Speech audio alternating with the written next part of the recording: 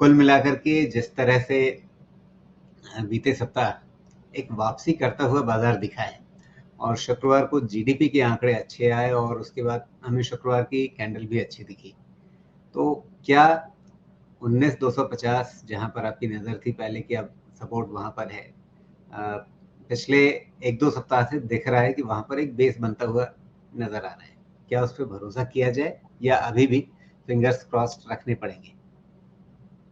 जी नमस्कार। एक पॉइंट तो ये कहता है कि शायद अब इससे ज़्यादा कुछ नहीं होगा। लेकिन जब तक ऊपर वाले लेवल निकल नहीं जाए कंप्लीट कहना भी ठीक नहीं है। लेकिन अगर एक जवाब दिया जाए तो लगता है कि शायद हो गया, अब इससे बुरा नहीं होगा। सितंबर में, सितंबर अक्टूबर दोनों में यहाँ से ठीक रहना चाहिए बाजार। लेकिन थोड़ा सा मामला ऐसा है कि क्लोज जाके दिया है, जस्ट 50 डीएमए पे ले जाके क्लोज दिया, तो वो थोड़ा सा अटका के रखा है। अगर वहाँ से निकल जाता है तो कोई दिक्कत नहीं है। लेकिन मैंने अभी भी मार्कर जो है अपना चेंज नहीं किया है। 19650 वाला मार्कर को मैंने एज इट इज़ रखा हुआ है। जब तक वो निकलता नहीं है, क्लोज नहीं लेता है, तब तक ऊपर के रास्ते वो क्लियर नहीं मानते हैं। और नीचे में ठीक है, कंसोलिडेशन है मैक्सिमम, अभी इससे ज़्यादा और कुछ नहीं दिखाई दे जी रहा। सोमेश, ऊपर का मार्कर एक बार फिर से दोहरा देंगे? 19650 निफ्टी के लिए जी ऊपर का मार्कर है। वो जब तक नहीं निकलता है थोड़ा मतलब मतलब मोटे तौर पे 9 अगस्त को जो एक हमें स्विंग हाई जैसा दिख रहा है, उसके ऊपर निकलने का इंतजार है। हाँ, मुझे ये जो थोड़े लोअर लो के पैटर्न आ गए हैं, ये निगेट जी होने जी के लिए वो वाला अगर मिल जाता है क्लोज तो फिर जी। कॉन्फिडेंस आ जाएगा। लेकिन लोअर लो का निगेशन क्या 19,600 पे नहीं हो जाएगा, जहां पर आपको 24 अगस्त का एक टॉप बनता हुआ दिख रहा है? नहीं, ये कैंडल मुझे बहुत ज़्यादा तो समझ में नहीं आ रहा है कि इससे ऊपर हो जाएगा। लेकिन हाँ, 19650 के ऊपर देखिए, मैंने दो लेवल्स बताए थे। पहला 19500 जिसके ऊपर में होप्स बनने शुरू होंगे। लेकिन जो हमें कंफर्मेशन चाहिए उसके लिए 19650 लगेगा। 19500 के ऊपर में कोई डाउट नहीं है कि उम्मीदें अच्छी हो जाएंगी बाजार से। नीचे वाले लेवल्स को हम मान के चलने लगेंगे कि शायद ये बायर डिप्स का मार्केट हो सकता है। लेकिन 19650 निकलने के बाद ही ये कहना ज़्यादा ठीक रहेगा कि अब मोमेंटम रिटर्न हो गया, 20,000 निफ्टी क्रॉस हो जाएगा, वो सब वाला। हालांकि ये सारे इंग्रेडिएंट अभी भी प्लेस में हैं कि 20,000 21,000 निफ्टी अक्टूबर तक हो जाए, ये सारे इंग्रेडिएंट प्लेस में हैं। लेकिन एक थोड़ा 50 डीएमए निकल के सस्टेन कर ले, 19,500 निकल के कॉल ऑप्शंस को थोड़े परेशान करे और 19,650 के ऊपर में मोमेंटम लेके आए, फिर कंफर्म हो जाएगा। लेकिन जब तक ये जो लो है जहाँ पे निफ्टी का क्लोज, सॉरी, ये जो थर्सडे का लो है, उसके नीचे निफ्टी जब तक क्लोज ना हो तब तक आप मान के चलिए कि 19,250 के नीचे निफ्टी जब तक बंद नहीं हो, मान के चलिए कि हो सकता है कि ये बॉटम हो गया हो मार्केट का शॉर्ट टर्म के लिए। तो मैं यहाँ से पॉजिटिव लेके चल रहा हूँ। ग्लोबल मार्केट से भी कोई खराब इंडिकेशन तो नहीं है अभी, और ऐसा कोई थ्रेट नज़र नहीं आ रहा है। बैंक से सपोर्ट अभी नहीं मिलेगा बहुत ज़्यादा, थोड़ा बहुत मिला है। बैंक से सपोर्ट मेन मिलेगा 45,000 के ऊपर। तो आप अदर इंडिकेटर ये ले सकते हैं कि अगर बैंक 45,000 के ऊपर निकल गया तो फिर उसके बाद निफ्टी अपने आप को संभाल सकता है, फिर कोई दिक्कत नहीं रहने वाली है। तो दोनों को मिक्स लेके चलना है। और अगर लीड इंडिकेटर लेना है तो इस बार के लिए मेरे लिए निफ्टी बैंक है 45,000 के ऊपर में, वो हो जाए तो बेहतर, या फिर निफ्टी 9650 के ऊपर बंद हो जाए। जी, तो एक तरह से 45,000 के आसपास का जो लेवल है वो बैंक निफ्टी के लिए देखना है। लेकिन पहले थोड़ा सा यहाँ पे निफ्टी की और कुछ बात कर लेते हैं। जैसे ये आप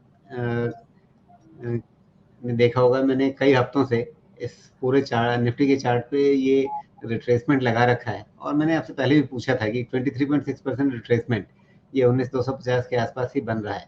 उस समय आपका मार्कर 19,300 के आसपास ही था, लेकिन फाइनली हमें दिख रहा है कि ये 19,250 के आसपास एक बेस बनता हुआ दिख रहा है। इसके आसपास कितनी बार इस लाइन को एक तरह से टच किया है, छुआ है निफ्टी ने? 1 2 3 4 5 6, कम से कम 6 दिन, 6 ट्रेडिंग सेशंस में निफ्टी ने इस लाइन पे एक तरह से सपोर्ट लिया है। अब पहली चीज कि इससे कॉन्फिडेंट होकर के क्या जो निफ्टी ट्रेडर्स हैं वो किसी तरह का ट्रेड इनिशिएट कर सकते हैं? दूसरी चीज ये कि अगर इतना इस लाइन पे सपोर्ट लेने की कोशिश कर रहा है और अगर कहीं किसी सिचुएशन में इस लाइन के नीचे फिसल जाता है तो फिर हमें किन बातों के लिए तैयार रहना होगा? नहीं, मेरे बिल्कुल क्लियर अंदाजा है कि मैं ये 23.5% रिट्रेसमेंट को कभी एनालिसिस में नहीं लेता हूँ, बिकॉज कोई चीज़ एक आध बार दो बार सही हो जाने से उसको एनालिसिस में लेना वो चांस लेने वाली बात है। यहाँ पे बहुत सारे इंडिकेटर्स हैं जो कि आके इस लेवल को सपोर्ट कर रहे हैं। इस कारण से आपको ये दिखाई दे रहा है कि इस रिट्रेसमेंट पे रुक रहा है। अदरवाइज 23.6% रिट्रेसमेंट का प्रोबेबिलिटी ऑफ सक्सेस बहुत ही कम होता है, तो ये मैं एनालिसिस में नहीं लेता हूँ।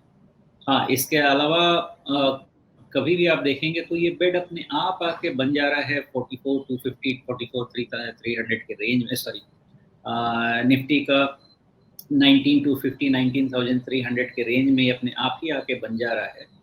तो इसलिए वो सपोर्ट वहाँ पे बना है तो वो बनेगा, उसमें कोई दिक्कत नहीं है ज़्यादा। लेकिन ये रिट्रेसमेंट के बेसिस पे मैंने अपनी एनालिसिस बेस नहीं की है। 50 डीएमए के अराउंड निफ्टी थोड़ा हवर कर रहा है और थोड़ा डिविएशन होता है। 50 डीएमए 200 डीएमए इन सब के अपने डिविएशन रहते हैं, नीचे डिप होता है फिर सस्टेन करता है। मेरा अंदाजा सिर्फ इतना है कि अगर हो सका क्लोज अगर 19,500 के ऊपर भी दे दे तो फिर शायद एक बेहतर उम्मीद बन जाएगी 50 डीएमए से ऊपर रिटर्न होने की, मेरा ऐसा अंदाजा है।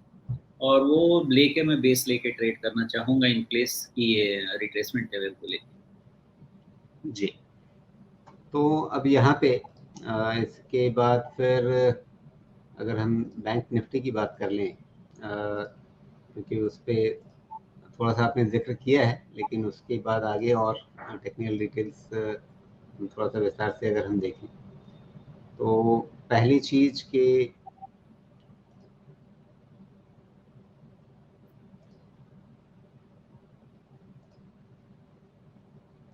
जी, अभी 45,000 के आसपास आपने एक जिक्र किया कि इस पर ध्यान देने की ज़रूरत है। यहाँ भी एक स्विंग हाई हमें मिल रहा है और इसके ऊपर ही 50 डे मूविंग एवरेज को भी पार कर चुका हुआ है एक तरह से। फिर तीनों मुही जो मूविंग एवरेज हम लोग देखते रहते हैं, ये जो बैंगनी रेखा है 50 दिनों के मूविंग एवरेज की, और फिर ये हरी रेखा ये 20 डे मूविंग एवरेज, इसको तो शुक्रवार को पार कर ही चुका है, और नीचे लाल रंग की ये 200 डे मूविंग एवरेज। तो तीनों ही तरह के शॉर्ट टर्म, मीडियम टर्म और लॉन्ग टर्म मूविंग एवरेजेस के ऊपर निकलना, तो क्या ये अपने आप में एक संकेत पूरे बाजार के लिए भी बन जाएगा? बन जाएगा। इसका एक बहुत टफ रेसिस्टेंस क्रिएट हो गया है 45,000 पे, जो कि 50 डीएमए के थोड़ा ऊपर जाके बैठेगा। वो निकल जाएगा तो फिर बहुत ज़्यादा तकलीफ निफ्टी बैंक में नहीं रहेगी, मुझे नहीं लगता कि रहेगी। फिर ये जो स्ट्रक्चर है, ये स्ट्रक्चर एक तरह से हायर लो के स्ट्रक्चर में कन्वर्ट हो जाएगा, अपवर्ड स्लोपिंग ट्रेंड लाइन को लेके जाएगा। मेरा ऐसा अंदाजा है जिसके बेसिस पे मैं अपनी थियरी लगा रहा हूँ। और एक और कॉशन सिग्नल आ जाएगा अब शायद, जो कि फ्राइडे के लो के नीचे ही क्लोज होने पे आ जाएगा। पहले तो थोड़ा नीचे था, लेकिन शायद अब फ्राइडे का लो ही बहुत इंपॉर्टेंट हो जाएगा इस स्ट्रेंथ को संभालने के लिए। आने वाले वक्त में उसको इवेल्युएट करते हैं, लेकिन दो चीज़ों का ध्यान रखेंगे, एक 45,000 का ऊपर लेवल के लिए और 44,500 या 400 के नीचे के क्लोज का नीचे के लेवल के लिए। बाकी बैंक भी अभी थोड़ा ऐसे ही कंसोलिडेट ही करेगा, बहुत ज़्यादा इससे ज़्यादा दिखता नहीं है। मेन मामला ये है कि अगर आप सितंबर सेकेंड हाफ या फैग एंड ऑफ सितंबर इसी रेंज में पहुंच गए तो अक्टूबर में फिर हमारे पास ट्रिगर है रिजल्ट का। तो ये कंसोलिडेशन कितने समय तक बाजार संभाल पाता है, बिकॉज लार्जली कोई निगेटिव तो मुझे नहीं सुनाई दे रहा है, दिखाई दे रहा है मार्केट में किसी भी तरीके से। थोड़े पैरामीटर्स पे खराबी है, जैसे डॉलर इंडेक्स ऐसे पे खराबी है, उस पर डिस्कस करेंगे। लेकिन ओवरऑल ऐसे देख के तो नहीं लगता बहुत ज़्यादा कुछ दिक्कत की बात है। एक यही है कि बैंक का स्ट्रक्चर अभी बहुत क्लियर समझ में नहीं आएगा मुझे जब तक 45,000 नहीं निकलेगा। अगर वो नहीं निकलेगा तो नीचे का डर वाली जो बात है वो बैंक में बनी हुई है। जी, तो यहाँ पे पहली प्रोबेबिलिटी लेके चलते हैं, जो ज़्यादा बड़ी प्रोबेबिलिटी है, और एक बार फिर आप चाय पी रहे हैं, डर लग रहा है मुझे। नहीं, अपने अनुभव से आदमी डर जाता है। मतलब एक बार मैंने चाय पी और स्क्रीन पे दिखा दिया, बाजार बुरा मान गया, तो मैं तब से डर रहा हूँ।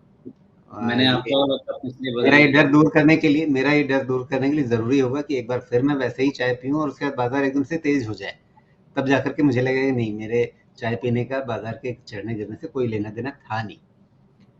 अच्छा, तो अभी पहली सिचुएशन ये कि निफ्टी और बैंक निफ्टी जो अपने सपोर्ट लेवल्स हमें दिख रहे हैं यहाँ पे, उनको रेस्पेक्ट करे और यहाँ से वापस एक तेजी की चाल बन जाए। तो इसके पक्ष में इस समय क्या क्या आर्ग्यूमेंट्स बन रहे हैं? एक तो टेक्निकल पैरामीटर्स हैं, ठीक है, वो आपने बता ही दिए, लेकिन उसके अलावा क्या फंडामेंटल फैक्टर्स के हिसाब से या जियोपॉलिटिकल या किसी भी और तरीके से आर्गुमेंट्स बन रहे हैं इस फेवर में कि हाँ, अब यहाँ से बाजार को वापस पलट जाना चाहिए? क्या जीडीपी का जो 7.8% का ताजा आंकड़ा है, क्या वो एक इसका कारण बनेगा? लेकिन इकोनॉमिस्ट कह रहे हैं कि नहीं, ये तो एज एक्सपेक्टेड था, ये तो होना ही था, इसमें कोई सरप्राइज नहीं है। तो जब सरप्राइज नहीं है तो उससे कोई पॉजिटिव ट्रिगर क्यों मिलेगा? नहीं, प्रॉब्लम उधर से नहीं आ रही है, प्रॉब्लम यील्ड से आ रही है, जो कि अभी भी यूएस में रुक नहीं रहा है। देखिए, एक स्टेटमेंट है हमारे पास शक्तिकांत दास जी का, जिन्होंने कहा कि सितंबर के बाद से हमें इन्फ्लेशन मॉडरेट होता हुआ दिखेगा। लेकिन ड्राइव तो कर रहा है यूएस का इन्फ्लेशन और यूएस का इंटरेस्ट रेट। वो जब तक मॉडरेट होता हुआ नहीं दिखेगा, हमारे पे रिस्क बना रहेगा, बिकॉज वो एक्सचेंज रेट का रिस्क बना रहेगा। आप देख ही रहे हैं डॉलर रिजर्व जिस तरह से डिप्लीट हो रहा है, 83 को डिफेंड करने में आरबीआई को जो खर्च करना पड़ रहा है, इसके कारण से जो तकलीफ झेल रहे हैं हम वो देख रहे हैं। तो ऐसा नहीं है कि हमारे यहाँ अगर इन्फ्लेशन कंटेन हो गया, मॉडरेट हो गया, तो हमारी जान छूटी, ऐसा नहीं है। यूएस की प्रॉब्लम जब तक ख़त्म नहीं होती है, जो कैपिटल आउटफ्लो हो सकता है, उसका डर बना रहेगा। कैसे? अभी डॉलर इंडेक्स स्ट्रॉन्ग हो ही रहा है, अभी तक तो खैर 105 106 तक आने में तो कोई दिक्कत नहीं है, वहाँ तक तो ओपन है। क्रूड तेज़ी से बढ़ने लगा है वापस ऊपर में। यील्ड रुक नहीं रहा है, यूएस 10 ईयर्स 5 ईयर्स कोई भी यील्ड रुक नहीं रहा है। ये सारे जो फैक्टर हैं, मैक्रो फैक्टर हैं, वो प्रेशर क्रिएट कर रहे हैं हमारे स्टॉक मार्केट पे भी, और इसी कारण से हम एफआई आउटफ्लो देख रहे हैं। अगस्त में जहाँ तक मुझे लगता है 20,000 करोड़ के ऊपर का आउटफ्लो हो गया है एफआई का। वो आउटफ्लो रुकना पड़ेगा, और वो आउटफ्लो तब तक नहीं रुकेगा जब तक एक कॉन्फिडेंस नहीं आएगा कि यूएस में यील्ड्स अब स्टॉप हो जाएंगे। वो अभी तक बिल्कुल मुझे कहीं डेटा में नहीं दिख रहा कि यूएस में यील्ड्स रुक जाएंगे। 4.5% पे पहले मैंने मार्कर रखा है, उसको फिर बढ़ाना पड़ेगा। तकलीफ वहाँ पे है। वो तकलीफ जब तक नहीं रुकेगी, ये अनसर्टेनिटी मार्केट में बनी रहेगी, और हम कितने भी स्ट्रॉन्ग इन टर्म्स ऑफ अपने मैक्रो इकोनॉमिक डेटा रहेंगे, थोड़ा रिलेटिव इम्पैक्ट हमको भी झेलना पड़ेगा। वही हम झेल रहे हैं। तो हमारा रिस्क क्या है सबसे बड़ा? अभी हमारा रिस्क सबसे बड़ा हो गया है करेंसी का रिस्क। अगर यूएस में इंटरेस्ट रेट बढ़ता है और यील्ड्स बढ़ते रह जाते हैं, तो सबसे बड़ा ये रिस्क है। दूसरा रिस्क निकल के आ रहा है, क्रूड जिस तरह से बाउंस हो रहा है, 90 के ऊपर साइकोलॉजिकल प्रेशर आएगा ही आएगा, क्योंकि 90 के ऊपर आई थिंक 90 टू 95 तक तो सीधा रास्ता बन जाता है। वो साइकोलॉजिकल प्रेशर डालेगा। ये दो चीज़ें बहुत ज़्यादा अभी तकलीफ में आ रही हैं, तकलीफ दे रही हैं।